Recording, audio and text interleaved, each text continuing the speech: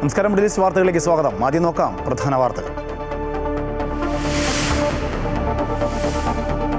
പഹൽഗാമിലെ ഭീകരാക്രമണത്തിന്റെ പശ്ചാത്തലത്തിൽ അറബ് രാജ്യങ്ങളിൽ പാകിസ്ഥാനെ തുറന്നുകാട്ടാൻ ഇന്ത്യയുടെ നിർണായക നീക്കം. പാകിസ്ഥാന് ചൈന പൂർണ്ണ പിന്തുണ പ്രഖ്യാപിച്ചതിൽ കടുത്ത അതൃപ്തി രേഖപ്പെടുത്തി ഇന്ത്യ. പ്രധാനമന്ത്രിയെ വീണ്ടും കണ്ട് പ്രതിരോധ മന്ത്രി രാജ്നാഥ് സിംഗ്. ആക്രമണം നടത്തിയ ഭീകരരെ സുരക്ഷാ സേന വളഞ്ഞെന്ന് റിപ്പോർട്ട്. 26 റഫാൽ യുദ്ധവിമാനങ്ങൾ വാങ്ങാൻ ഫ്രാൻസുമായി കരാർ ഒപ്പിട്ട് ഇന്ത്യ.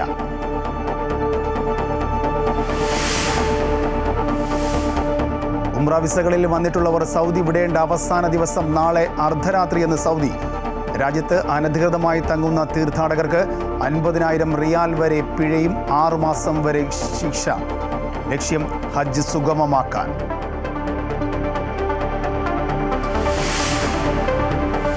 കുവൈറ്റിൽ പ്രവാസികളുടെ താമസരേഖ പുതുക്കുന്നതിന് പുതിയ വാടക കരാർ നിർബന്ധമാക്കിയതോടെ തട്ടിപ്പുകൾ വ്യാപകമാകുന്നതായി പരാതി. തട്ടിപ്പ് മേൽവിലാസം പുതുക്കാത്ത സാഹചര്യം മുതലെടുത്ത്.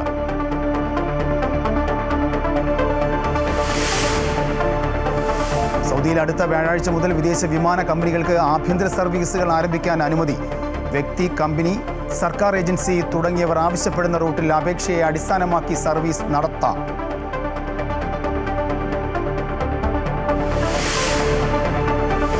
പുതിയ മാർപ്പാപ്പയെ തിരഞ്ഞെടുക്കുവാനുള്ള നടപടികളിലേക്ക് വത്തിക്കാൻ. പേപ്പൽ കോൺക്ലേവ് മെയ് 7-ന്. വോട്ടവകാശമുള്ള 135 കർദിനാൾമാർ കോൺക്ലേവിൽ പങ്കെടുക്കും. 3-2 ഭൂരിപക്ഷം ലഭിക്കുന്നയാൾ ഫ്രാൻസിസ് മാർപ്പാപ്പയുടെ പിൻഗാമിയാകും.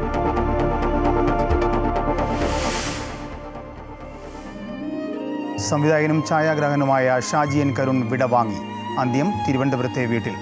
വിടവാങ്ങിയത് ദേശീയ അന്തർദേശീയ തലത്തിൽ മലയാള സിനിമയെ അടയാളപ്പെടുത്തിയ അതുല്യ പ്രതിഭ.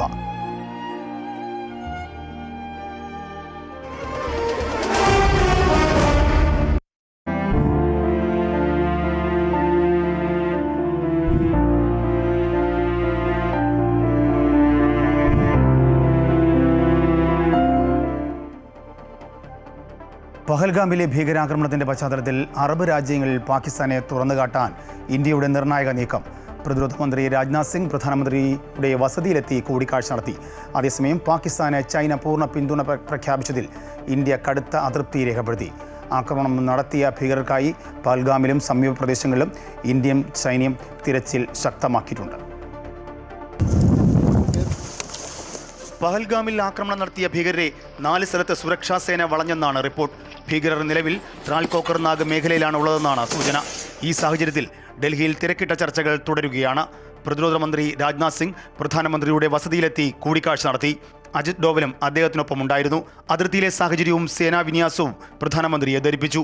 അതേസമയം ഭീകരാക്രമണത്തിന്റെ പശ്ചാത്തലത്തിൽ അറബ് രാജ്യങ്ങളിൽ പാകിസ്ഥാനെ തുറന്നുകാട്ടാൻ ഇന്ത്യ നിർണായക നീക്കം തുടങ്ങി. എംപിമാരുടെ സംഘത്തെ UAE, സൗദി തുടങ്ങിയ അറബ് രാജ്യങ്ങളിലേക്ക് അയച്ചേക്കും. ശശി തരൂർ, അസദുദ്ദീൻ ഒവൈസി തുടങ്ങിയ എംപിമാരുൾപ്പെടുന്ന സംഘത്തെയാണ് പരിഗണിക്കുന്നത്. നയതന്ത്ര തലത്തിലെ തുടർ നീക്കങ്ങളുടെ ഭാഗമായിട്ടാണ് നീക്കം. എന്നാൽ പാകിസ്ഥാനെ ചൈന പൂർണ്ണ പിന്തുണ പ്രഖ്യാപിച്ചതിൽ ഇന്ത്യ കടുത്ത അതൃപ്തി അറിയിച്ചു. ചൈനയുടെ പ്രസ്താവനയ്ക്ക് ഇന്ത്യ ഉടൻ മറുപടി നൽകിയേക്കും. പിന്തുണയുമായി അമേരിക്ക രംഗത്തെത്തിയത് ഇന്ത്യ സ്വാഗതം ചെയ്തിട്ടുണ്ട്. പഹൽഗാം ആക്രമണത്തെ അപലപിക്കുന്നുവെന്നും ഇന്ത്യക്കൊപ്പമെന്നും അമേരിക്ക വ്യക്തമാക്കിയിരുന്നു. അതേസമയം ആക്രമണത്തെ അപലപിക്കാനായി ജമ്മു കാശ്മീർ നിയമസഭയുടെ പ്രത്യേക സമ്മേളനം ചേർന്നു. ഭീകരാക്രമണത്തിൽ മരിച്ചവർക്ക് ആദരാഞ്ജലി അർപ്പിച്ചു. അതിർത്തിയിൽ നിന്ന് കസ്റ്റഡിയിലെടുത്ത BSF ജവാനെ വിട്ടയക്കാത്ത പാകിസ്ഥാൻ നിലപാടിനെതിരെ കർശന നടപടിയുണ്ടാകുമെന്ന് ഇന്ത്യ അറിയിച്ചിട്ടുണ്ട്. 4 തവണ ഫ്ലാഗ് മീറ്റിംഗ് നടത്തിയിട്ടും പശ്ചിമ ബംഗാൾ സ്വദേശി പൂർണം കുമാർ ഷായെ വിട്ടയക്കാൻ പാകിസ്ഥാൻ തയ്യാറായിട്ടില്ല. അബദ്ധത്തിൽ അതിർത്തി കടന്ന BSF ജവാനെ ഇന്ത്യയുടെ തിരിച്ചടി ഒഴിവാക്കുവാനുള്ള കവചമായി പാകിസ്ഥാൻ ഉപയോഗിക്കുന്നു എന്നാണ് കേന്ദ്ര സർക്കാർ വിലയിരുത്തുന്നത്. News desk, Amrita news. ഫ്രാൻസിൽ നിന്നും 26 റാഫേൽ യുദ്ധവിമാനങ്ങൾ വാങ്ങുന്നതിനുള്ള കരാറിൽ ഇന്ത്യ ഒപ്പുവെച്ചു. ഇന്ത്യൻ നാവികസേനയ്ക്ക് വേണ്ടിയിട്ടാണ് റാഫേൽ യുദ്ധവിമാനങ്ങൾ വാങ്ങുന്നത്. 63,000 കോടി രൂപയുടേതാണ് കരാർ. ഇന്ത്യ നടത്തുന്ന ഏറ്റവും വലിയ പ്രതിരോധ ഇടപാടാണ് ഇത്. 2029 അവസാനത്തോടെ ഇന്ത്യൻ നാവികസേനയ്ക്ക് ആദ്യ ബാച്ച് യുദ്ധവിമാനങ്ങൾ ലഭിക്കും.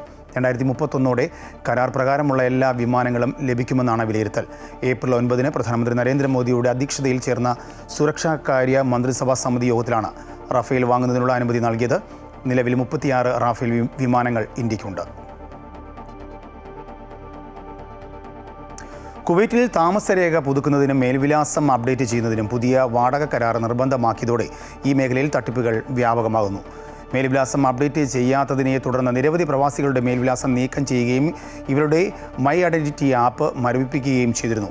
ഈ സാഹചര്യം മുതലെടുത്തുകൊണ്ടാണ് സാധാരണക്കാരായ പ്രവാസികളെ ഇവർ തട്ടിപ്പിന് ഇരയാക്കുന്നത്. രാജ്യത്ത് പുതിയ വിസയിലെത്തുന്നവർക്ക് സിവിൽ ഐ ഡി കാർഡ് ലഭിക്കുന്നതിന് താമസിക്കുന്ന കെട്ടിടത്തിന്റെ വാടക കരാർ സമർപ്പിക്കണം. അതേപോലെ മേൽവിലാസം നീക്കം ചെയ്യപ്പെട്ടവരുടെ മൈ ഐഡന്റിറ്റി ആപ്പ് പുനഃസ്ഥാപിക്കുന്നതിനും അപേക്ഷയോടൊപ്പം പുതിയ വാടക കരാറിന്റെ പകർപ്പ് നൽകേണ്ടതാണ്. എന്നാൽ സ്വന്തമായി ഫ്ളാറ്റ് എടുക്കുവാൻ സാമ്പത്തിക ശേഷിയില്ലാത്തവരെ ലക്ഷ്യമിട്ടുകൊണ്ടാണ് തട്ടിപ്പ് സംഘം പ്രവർത്തിക്കുന്നത്. വാടക കരാറിന്റെ പകർപ്പ് അനുവദിക്കുന്നതിന് 100 മുതൽ 150 ദിനാർ വരെയാണ് ഇവർ ആവശ്യക്കാരിൽ നിന്നും ഈടാക്കുന്നത്. സ്വന്തം പേരിൽ ഫ്ളാറ്റ് എടുക്കുകയും പരമാവധി പേർക്ക് വാടക കരാറിൻ്റെ കോപ്പി നൽകുകയും ചെയ്ത് 1-2 മാസത്തിന് ശേഷം കെട്ടിട ഉടമയ്ക്ക് വാടക നൽകാതെ മുങ്ങുന്നതാണ് തട്ടിപ്പിൻ്റെ രീതി.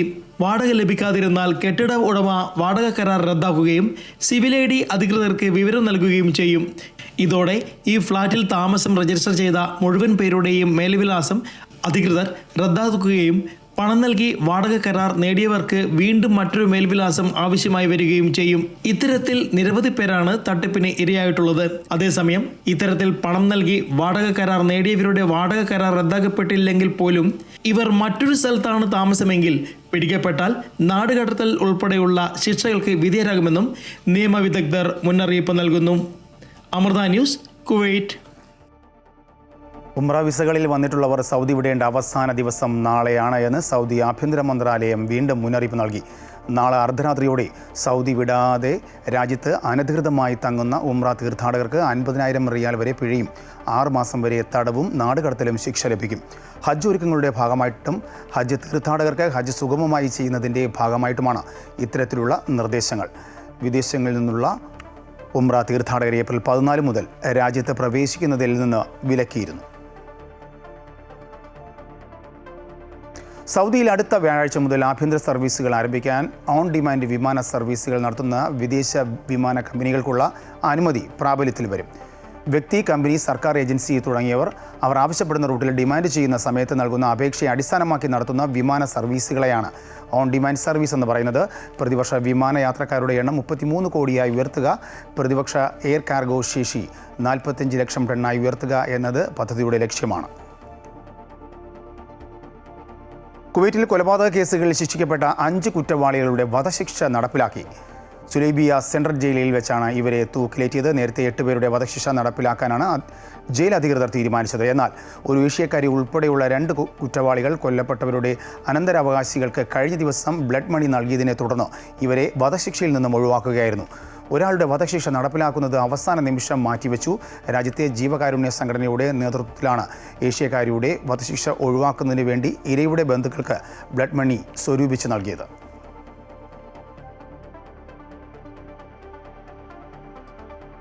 ജിദ്ദ നവോദയ ഷറഫിയ ഏരിയ കമ്മിറ്റിയുടെ നേതൃത്വത്തിൽ മെയ് 2 മുതൽ 23 വരെ ഫുട്ബോൾ മത്സരം സംഘടിപ്പിക്കുന്നു. ഖാലിദ് ബിൻ വലീദ് ബ്ലാസ്റ്റേഴ്സ് സ്റ്റേഡിയത്തിൽ വച്ച് 4 വെള്ളിയാഴ്ചകളിലായിട്ടാണ് മത്സരങ്ങൾ നടക്കുക. ടൂർണമെൻറ്റിലെ 8 പ്രമുഖ ടീമുകളും 8 വെറ്ററൻസ് ടീമുകളും മാറ്റുരയ്ക്കും. മത്സരത്തിൻ്റെ ഫിക്സർ പ്രകാശനം ഷറഫിയ ക്വാളിറ്റി ഓഡിറ്റോറിയത്തിൽ വെച്ച് ജിദ്ദ നവോദയ പ്രസിഡന്റ് കിസ്മത്ത് മമ്പാട് പ്രകാശനം ചെയ്തു. ശ്രീകുമാർ മവേലിക്കര, ഷിബു തിരുവനന്തപുരം, CM അബ്ദുറഹ്മാൻ എന്നിവർ സംസാരിച്ചു. മുജീബ് പൂന്താനം, ബിനു മുണ്ടക്കയം തുടങ്ങിയവർ നേതൃത്വം നൽകി. ആഗോള കത്തോലിക്ക സഭയുടെ പരമാധ്യക്ഷനായ മാർപ്പാപ്പയെ തെരഞ്ഞെടുക്കുന്നതിനുള്ള പേപ്പൽ കോൺക്ലേവ് മെയ് 7 നടക്കും. വോട്ടവകാശമുള്ള 135 കർദിനാൾമാരാണ് കോൺക്ലേവിൽ പങ്കെടുക്കുക. ഇന്ന് വത്തിക്കാനിൽ നടന്ന കർദിനാൾമാരുടെ യോഗത്തിലായിരുന്നു തീരുമാനം. മെയ് 7 ഉച്ചയ്ക്ക് ശേഷമാണ് ആദ്യ ബാലറ്റ്. 80 വയസ്സിന് താഴെയുള്ള കർദിനാൾമാരാണ് കോൺക്ലേവിനായി വത്തിക്കാനിൽ ഒത്തുചേരുന്നത്. തുടർന്ന് ഇവർ സിസ്റ്റൈൻ പള്ളിയിലെ അടച്ചിട്ട മുറിയിലേക്ക് പ്രവേശിക്കും. ഫോണോ മറ്റു മാധ്യമങ്ങളോ അനുവദിക്കാതെ പുറം ലോകവുമായി ബന്ധം പൂർണ്ണമായി വിച്ഛേദിച്ച ശേഷമായിരിക്കും തെരഞ്ഞെടുപ്പ് നടത്തുക. ഒരു സ്ഥാനാർത്ഥിക്ക് 3/2 ഭൂരിപക്ഷം ലഭിക്കുന്നതുവരെ വോട്ടെടുപ്പ് നടത്തും. ഓരോ വോട്ടെടുപ്പിന് ശേഷവും ബാലറ്റുകൾ കത്തിക്കും. ബാലറ്റിൽ നിന്നും പുറത്തുവരുന്ന കറുത്ത പുക മാർപ്പാപ്പയെ തെരഞ്ഞെടുത്തിട്ടില്ല എന്നും വെളുത്ത പുക മാർപ്പാപ്പയെ തെരഞ്ഞെടുത്തുവെന്നും സൂചിപ്പിക്കുന്നു. കോൺക്ലേവിന് മുന്നോടിയായി വത്തിക്കാനിലെ സിസ്റ്റൈൻ ചാപ്പൽ താൽക്കാലികമായി അടച്ചിട്ടിരിക്കുകയാണ്. കോൺക്ലേവിനായിട്ടുള്ള ഒരുക്കങ്ങൾക്കായിട്ടാണ് ചാപ്പൽ അടച്ചത്. ഇനി പുതിയ മാർപ്പാപ്പയെ തിരഞ്ഞെടുത്ത ശേഷം മാത്രമേ ചാപ്പൽ തീർത്ഥാടകർക്കായി തുറക്കുകയുള്ളൂ.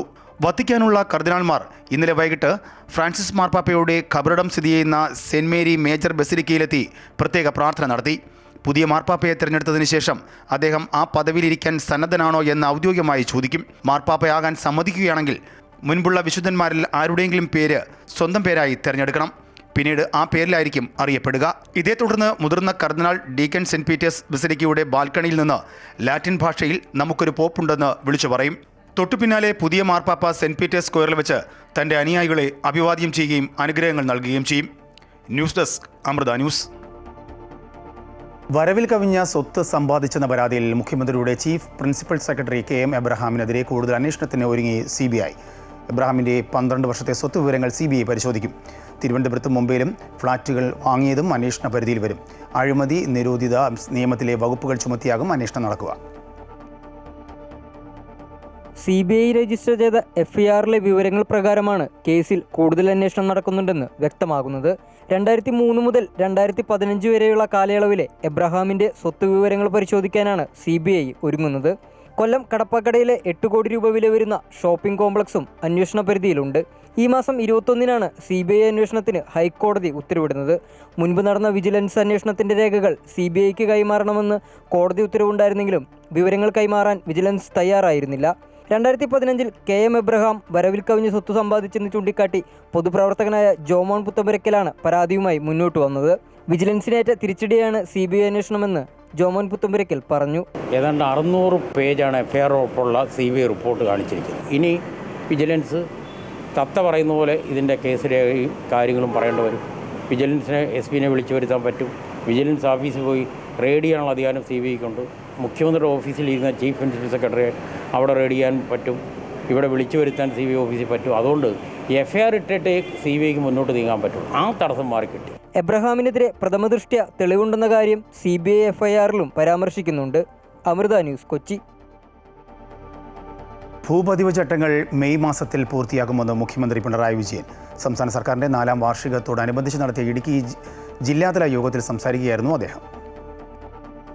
ഭൂപതിവ് ചട്ട രൂപീകരണം അധികം വൈകില്ലെന്ന് മുഖ്യമന്ത്രി പിണറായി വിജയൻ പറഞ്ഞു. മെയ് മാസത്തിൽ തന്നെ നടപടികൾ പൂർത്തിയാക്കും.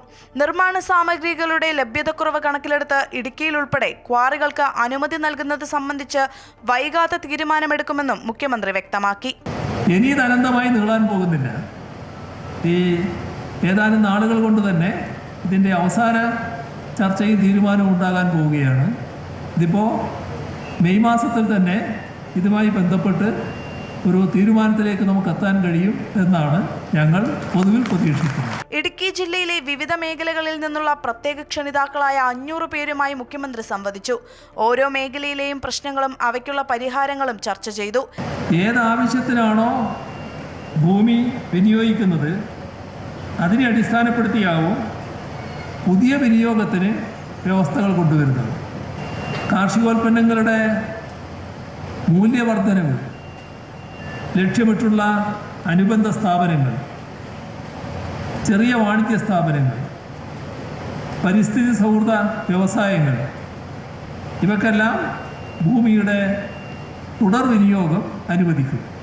നിശ്ചിത എണ്ണത്തിൽ കൂടുതൽ തൊഴിലവസരങ്ങൾ ലഭിക്കുന്ന കാർഷിക മേഖലയ്ക്ക് അനുയോജ്യമായ സംരംഭങ്ങൾക്ക് പരിസ്ഥിതി ഘടകങ്ങൾ കൂടി പരിഗണിച്ച് അനുമതി കൊടുക്കും.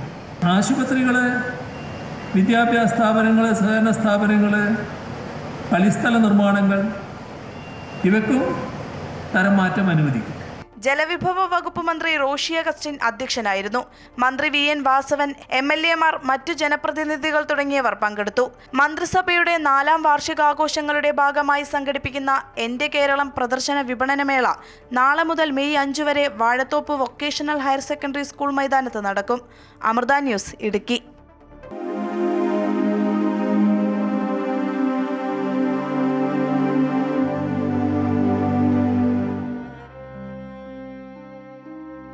വിഖ്യാത ചലച്ചിത്രകാരൻ ഷാജി N. കരുൺ അന്തരിച്ചു. അർബുദ രോഗബാധയെ തുടർന്ന് ചികിത്സയിലായിരുന്നു. വൈകിട്ട് 5 മണിയോടെ തിരുവനന്തപുരത്തെ വസതിയിലായിരുന്നു അന്ത്യം. 73 വയസ്സായിരുന്നു. സംസ്ഥാന ചലച്ചിത്ര വികസന കോർപ്പറേഷൻ ചെയർമാൻ പദവി വഹിക്കുകയായിരുന്നു. നാളെ രാവിലെ 10 മുതൽ 12:30 വരെ കലാഭവനിൽ പൊതുദർശനമുണ്ടാകും. വൈകിട്ട് 4 മണിക്ക് ശാന്തി കവാടത്തിൽ സംസ്കാരം നടക്കും. അർബുദ രോഗബാധയെ തുടർന്ന് ചികിത്സയിലായിരുന്നു ഷാജിയൻ കരുൺ. വൈകിട്ട് 5 മണിയോടെ തിരുവനന്തപുരത്ത് വഴുതക്കാട്ടുള്ള വസതിയിലായിരുന്നു അന്ത്യം. കാൻ ഫിലിം ഫെസ്റ്റിവലിൽ ഗോൾഡൻ ക്യാമറ പരാമർശം ലഭിക്കുകയും നിരവധി പുരസ്കാരങ്ങൾ വാരിക്കൂട്ടുകയും ചെയ്ത ആദ്യ ചിത്രമായ പിറവി, ആ പേര് തന്നെയാണ് സ്വവസതിക്കും അദ്ദേഹം നാമകരണം ചെയ്തിരിക്കുന്നത്. നാളുകൾക്ക് മുമ്പാണ് അതുല്യ കലാകാരന് JC ഡാനിയൽ പുരസ്കാരം സംസ്ഥാന സർക്കാർ സമർപ്പിച്ചത്.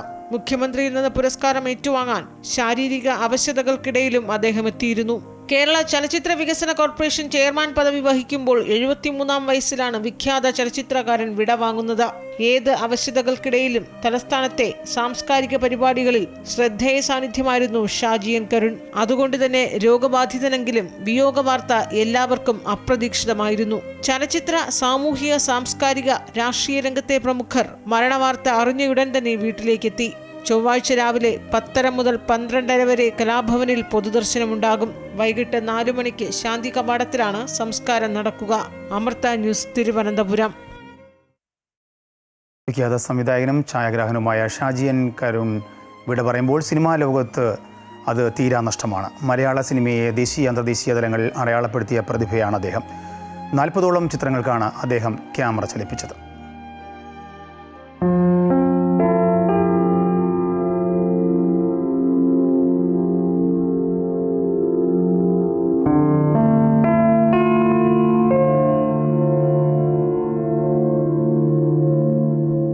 ദേശീയ അന്തർദേശീയ തലങ്ങളിൽ മലയാള സിനിമയെ അടയാളപ്പെടുത്തിയ അതുല്യ പ്രതിഭയാണ് നഷ്ടമാകുന്നത്.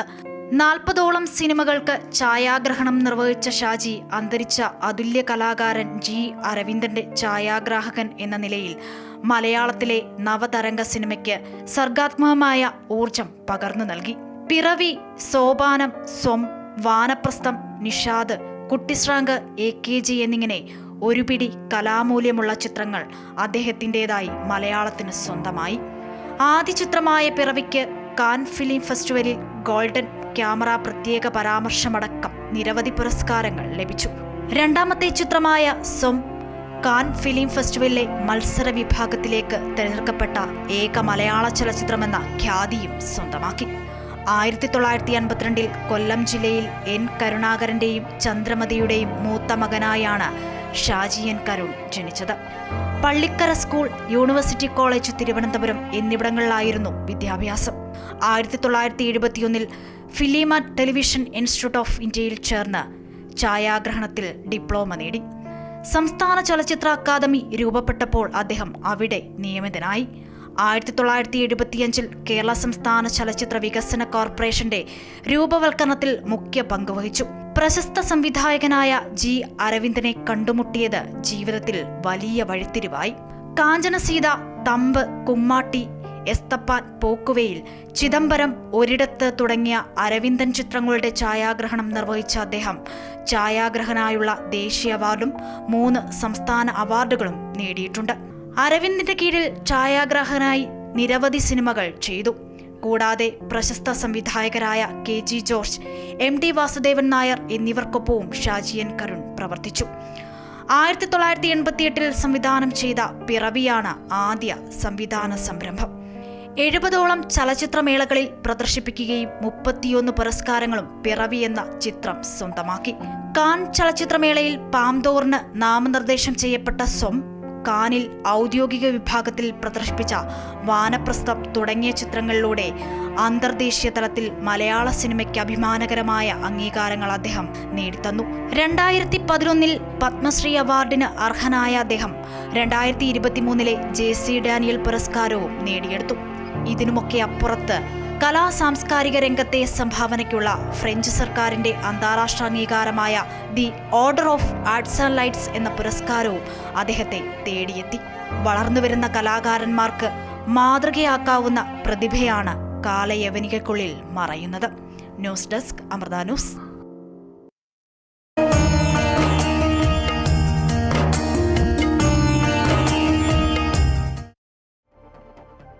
തൃശ്ശൂർ പൂരത്തിൻ്റെ ആധ്യാത്മിക പ്രൗഢിയെ പുതുതലമുറയ്ക്ക് പകർന്നു നൽകുക എന്ന ലക്ഷ്യത്തോടെ തൃശ്ശൂർ ശങ്കര ഹാളിൽ തൃശ്ശൂർ പൂരം ഹിന്ദു മഹാസംഗമം സംഘടിപ്പിച്ചു. മാതാ അമൃതാനന്ദമയി മഠത്തിലെ സ്വാമി അനഘ അമൃതാനന്ദപുരിയുടെ നേതൃത്വത്തിൽ സർവൈശ്വര്യ പൂജയോടെയാണ് ഹിന്ദു മഹാസംഗമം ആരംഭിച്ചത്. പാഞ്ചജന്യം ഭാരതം എന്ന സാംസ്കാരിക സംഘടനയാണ് ഹിന്ദു മഹാസംഗമം സംഘടിപ്പിച്ചത്.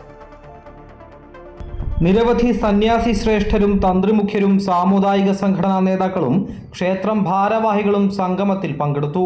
മാതാ അമൃതാനന്ദമയി മഠത്തിലെ സ്വാമി അനഘാമൃതാനന്ദപുരിയുടെ നേതൃത്വത്തിൽ സർവൈശ്വര്യ പൂജയോടെയാണ് ഹിന്ദു മഹാസംഗമം ആരംഭിച്ചത്.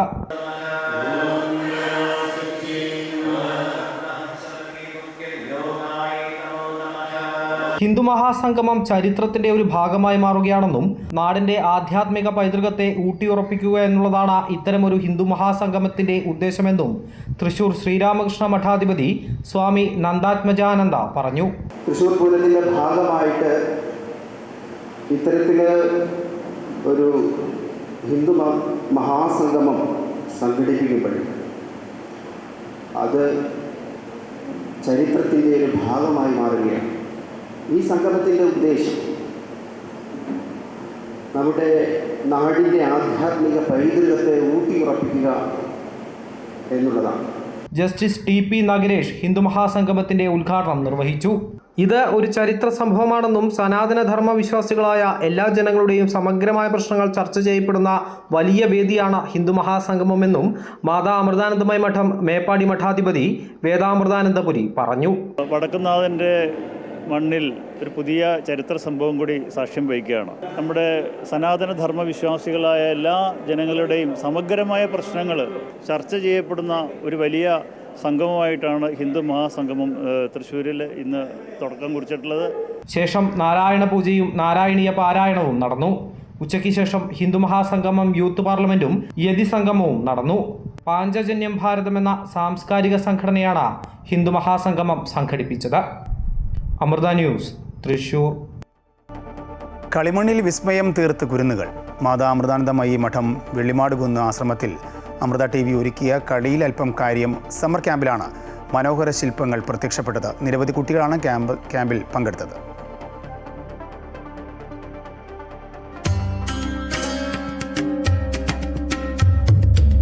ശിവലിംഗം, നാഗങ്ങൾ, പൂക്കൾ എന്നിങ്ങനെ നിരവധി മനോഹരമായ ശില്പങ്ങൾക്കാണ് കുറഞ്ഞ സമയത്തിനുള്ളിൽ കുരുന്നുകൾ രൂപം നൽകിയത്.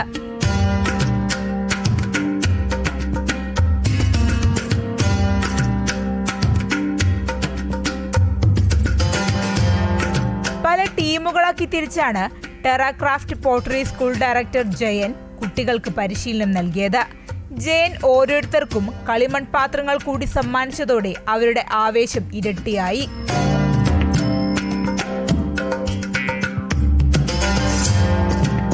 പിന്നീട് കുട്ടികളുടെ കൈവശമുള്ള കളിമണ്ണുകൾ നാഗമായും വിളക്കായുമെല്ലാം രൂപം കൊണ്ടു. അതിന്റെ സന്തോഷം കുരുന്നുകളുടെ വാക്കുകളിൽ നിന്ന് തന്നെ വ്യക്തമാണ്. ഇപ്പോൾ നമ്മൾ ചെയ്യുന്ന കളിമണ്ണ് കിട്ടിക്കഴിഞ്ഞാൽ ഫസ്റ്റ് വെള്ളം വെച്ച് മിക്സ് ചെയ്യുക. വെള്ളം വെച്ച് മിക്സ് ചെയ്തെന്ന് ഇപ്പോഴാണ് ആദ്യമായിട്ടാണ് അറിയുന്നത്. അപ്പോൾ അത് വെച്ച് കഴിഞ്ഞാൽ സോഫ്റ്റ് ആയതുകൊണ്ടൊക്കെ വേഗം പെട്ടെന്ന് ബ്രേക്ക് ആവാനുള്ള ചാൻസ് ഉണ്ട്. അപ്പം ഇപ്പോൾ അതുപോലെ പറഞ്ഞ് ചെയ്താണ് ഇത് റെഡി ആയിട്ടുണ്ട്. നല്ല എക്സ്പീരിയൻസ് ആയിരുന്നു ഇവിടെ വന്നപ്പോൾ.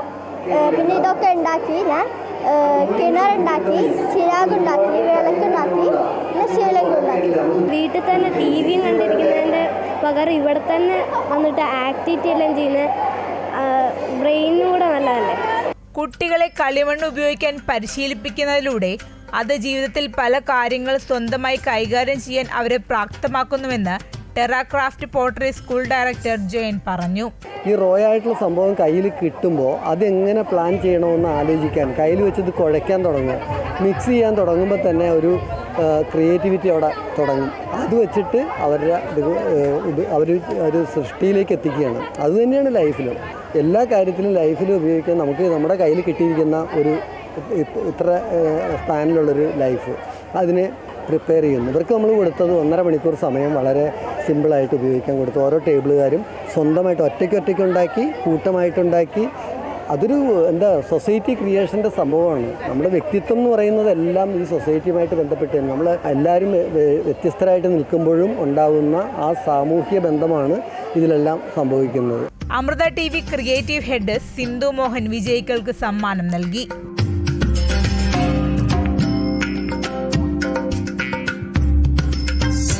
അമൃത ന്യൂസ്, കോഴിക്കോട്. വീടിന് സമീപം സ്ഫോടക വസ്തു എറിയുന്ന ദൃശ്യങ്ങൾ പുറത്തുവിട്ട് BJP സംസ്ഥാന ഉപാധ്യക്ഷ ശോഭാ സുരേന്ദ്രൻ.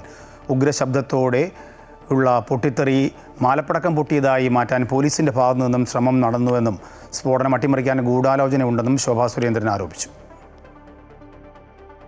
കഴിഞ്ഞ വെള്ളിയാഴ്ച രാത്രി 10:43 BJP സംസ്ഥാന ഉപാധ്യക്ഷ ശോഭാ സുരേന്ദ്രന്റെ വീടിന് മുന്നിലുള്ള മറ്റൊരു വീട്ടിലേക്ക് സ്ഫോടക വസ്തു എറിയുന്നത്. തൊട്ടുപിന്നാലെ തൃശൂർ ACPയുടെ നേതൃത്വത്തിലുള്ള പോലീസ് സംഘം പരിശോധന നടത്തുകയും ജില്ലാ പോലീസ് മേധാവി R. ഇളങ്കോ സ്ഥലം സന്ദർശിച്ച് അന്വേഷണത്തിന് പ്രത്യേക സംഘത്തെ നിയോഗിക്കുകയും ചെയ്തു. തുടർന്ന് സ്ഫോടനമല്ലെന്നും പടക്കം പൊട്ടിയതാണെന്നും വ്യക്തമാക്കി പോലീസ് രംഗത്ത് വരികയായിരുന്നു. ഇതിനു പിന്നാലെയാണ് ബൈക്കിലെത്തി സ്ഫോടക വസ്തു എറിയുന്ന CCTV ദൃശ്യങ്ങൾ ശോഭാ സുരേന്ദ്രൻ പുറത്തുവിട്ടിരിക്കുന്നത്. കേസ് അട്ടിമറിക്കാൻ ACP തന്നെ ശ്രമിച്ചുവെന്നും ശോഭാ സുരേന്ദ്രൻ ആരോപിച്ചു. കേരളത്തിലെ പോലീസ് അധികാരികൾ കണ്ടുപിടിച്ചു, തൃശ്ശൂരിലെ പോലീസ് അധികാരികൾ കണ്ടുപിടിച്ചു, വിഷുവിനോ ഈസ്റ്ററിനോ വാങ്ങിയ പടക്കത്തിൻ്റെ ബാക്കി ഓലപ്പടക്കം പൊട്ടിച്ചതിനാണ് ശോഭാ സുരേന്ദ്രൻ ഇങ്ങനെ ഒരു വിഷയമുണ്ടാക്കിയത് എന്നുള്ള രീതിയിൽ വ്യക്തമായിട്ടുള്ള ഗൂഢാലോചന പോലീസ് അധികാരികളുടെ ഭാഗത്തു നിന്നുണ്ടായി. എന്നെ ഇകഴ്ത്തി കാണിക്കാനാണ് പോലീസ് ഇത്തരത്തിലുള്ള ഒരു ഗൂഢാലോചക ശക്തിയുമായിട്ട് ചേർന്ന് നിൽക്കുന്നതെങ്കിൽ അത് അന്യായമാണ് എന്ന് മാത്രമേ ഉള്ളൂ. ഞാൻ കേസ് പോലീസ് എന്നോട് പറഞ്ഞിട്ടില്ല, എനിക്കൊരു നോട്ടീസും തന്നിട്ടില്ല കേസ് അവസാനിപ്പിച്ചു എന്ന് പറഞ്ഞുകൊണ്ട്. പാർട്ടിയെയും തന്നെയും ഇകഴ്ത്തി കാണിക്കാനാണ് പല കോണുകളിൽ നിന്നും ശ്രമം നടക്കുന്നത്. തന്നെ അപായപ്പെടുത്താൻ ലക്ഷ്യമിട്ടെത്തിയ സംഭവമാണിത്. കഴിഞ്ഞ ദിവസം നടന്നത് ട്രയൽ റണ്ണാണോ എന്ന സംശയമുണ്ടെന്നും ശോഭാ സുരേന്ദ്രൻ കൂട്ടിച്ചേർത്തു.